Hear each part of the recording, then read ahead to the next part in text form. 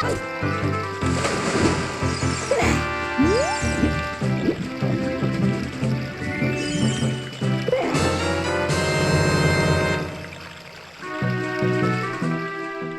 ocarina, from the Legend of Zelda games, is likely the series' most well-known instrument, having appeared in titles such as The Legend of Zelda Ocarina of Time and The Legend of Zelda A Link to the Past. The ocarina is nearly as iconic as the Hylian shield and Master Sword. Much like the other instruments in the series, the ocarina can be played to trigger various events, typically affecting Link or the world around him, in addition to having some sort of story purpose. Of course, its functionality has changed throughout the series, being used for various different purposes, and presented with many different appearances. So on this episode of Iconic Items, we will look at the origin and evolution of The Legend of Zelda's ocarina. The first appearance of the ocarina was in The Legend of Zelda A Link to the Past, originally released in 1991 for the Super Nintendo. The ocarina can be obtained shortly after you have the ability to travel to the Dark World. In the Dark World, you can find a creature sitting on a stump in the middle of a ring of trees in the southeast, close to Kakariko Village. After talking to him, he'll give you a shovel and tell you to dig up the ocarina in the nearby field. After traveling to the Light World, you can find the ocarina buried in the top left part of the field.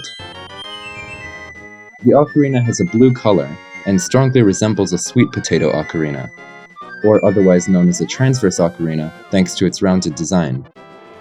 After returning to the creature in the Dark World, you can play the ocarina one final time for him before he turns into a tree.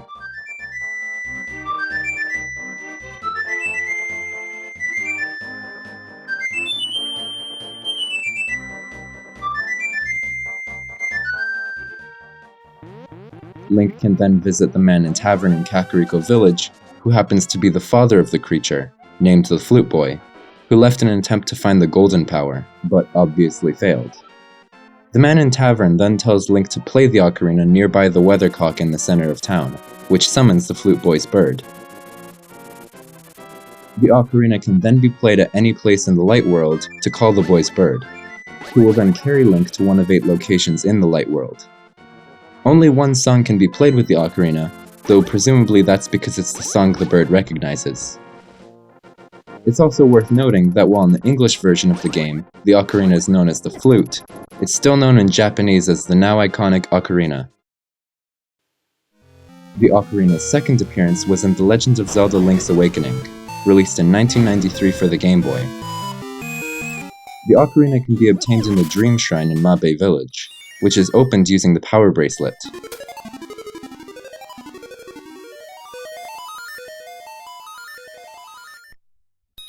Further into the shrine, the Pegasus boots are required to pass an obstacle before a chest containing the ocarina.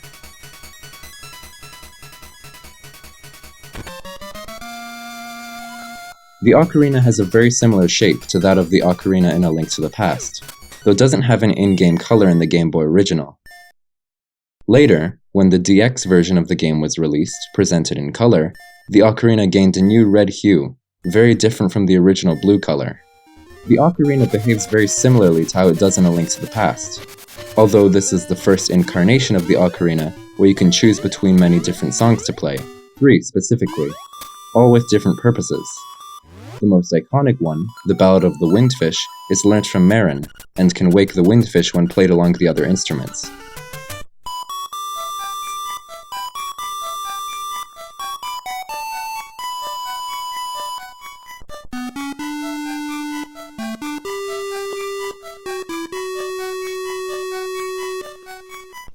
The only teleportation song is Manbo's Mambo, which is learnt from the fish Manbo. It teleports Link to Manbo's pond, though when used in a dungeon, it teleports Link to the dungeon's entrance. Lastly, the Frog Song of Soul is learnt from Mamu the Frog, and can bring things to life. Interestingly enough, you can actually play the ocarina without knowing any songs, unfortunately only resulting in random notes not pertaining to any particular song. Additionally, it's possible an unused song in the game's files, an arrangement of Totaka's song, could have been intended for use with the ocarina.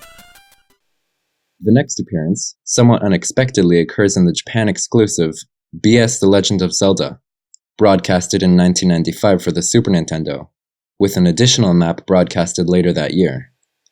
This game is notable for being the first remake of the series, being a remake of the very first Legend of Zelda. The Ocarina can be found hidden in the depths of the Level 4 dungeon. It appears almost identical to the version in A Link to the Past, though has some different functionality. It can be used to weaken Pole's voice and Digdogger, as well as opening the path to Level 6. When used in the overworld, it summons a whirlwind that transports you to different dungeons. The Ocarina would also appear in the second BS Zelda game, Ancient Stone Tablets, broadcasted for the Super Nintendo in 1997. The second BS Zelda game was modeled after Link to the Past, and shares a world as it takes place 6 years after A Link to the Past. Unlike previous games, the Ocarina is obtained as soon as you start the game, given to you by Sahasrara, alongside the big bag which holds it, among a few other items. The Ocarina once again shares the familiar blue potato design commonly featured in previous games. The Ocarina can also still call the bird and transport you to various locations, though it can also warp you back to dungeon entrances, similarly to Link's Awakening. The following, and most iconic appearance of the Ocarina, was in The Legend of Zelda Ocarina of Time, released in 1998 for the Nintendo 64. The first ocarina you can find in the game is the Fairy Ocarina, given to Link by Saria before he leaves Kokiri Forest. Unlike previous ocarinas, this one is more orange or yellow than the classic blue. This isn't the only ocarina, however. After collecting all 3 spiritual stones and visiting Hyrule Castle, Link encounters Zelda fleeing Ganondorf. Zelda, having noticed Link, attempts to throw him the Ocarina of Time, which ends up in the castle's moat, which can later be retrieved by Link. This ocarina appears much closer in color to the previous ocarinas, though has additional details on the mouthpiece, including a Triforce. This appearance is notable for introducing the ability to play individual notes on the ocarina, playing full songs by stringing together a specific series of notes.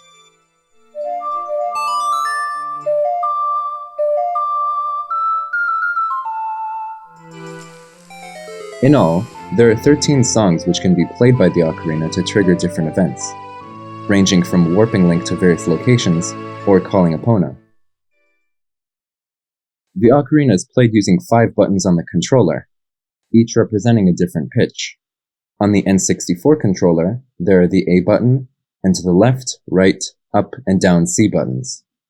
On the 3DS version, these buttons have the same function, however are instead mapped to the L, X, Y, A, and R buttons respectively, where the L button represents a low D note, X a B note, Y an A note, A D note, and R an F note.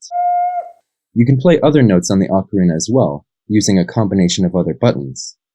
By moving the control stick on the N64, or circle pad on the 3DS up or down, you can change any note played by 1 full step up or down.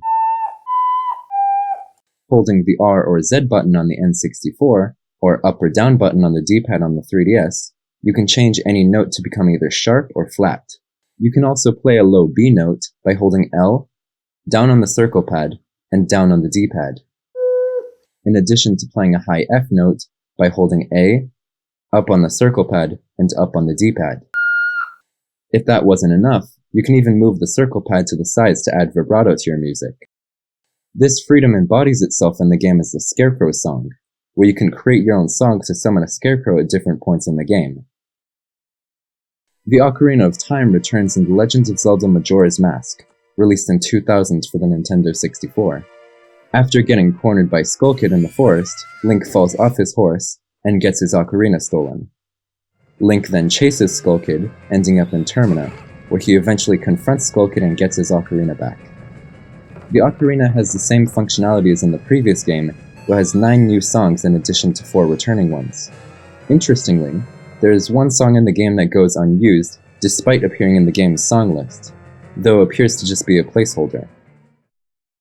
Finally, the last mainline Zelda game to feature the ocarina was The Legend of Zelda the Minish Cap, released in 2004 for the Game Boy Advance. The Ocarina of Wind is found after completing the Fortress of Winds. It has the traditional series staple color scheme, much like almost all other Zelda series ocarinas, and is used similarly to A Link to the Past. allowing Link to warp across Hyrule.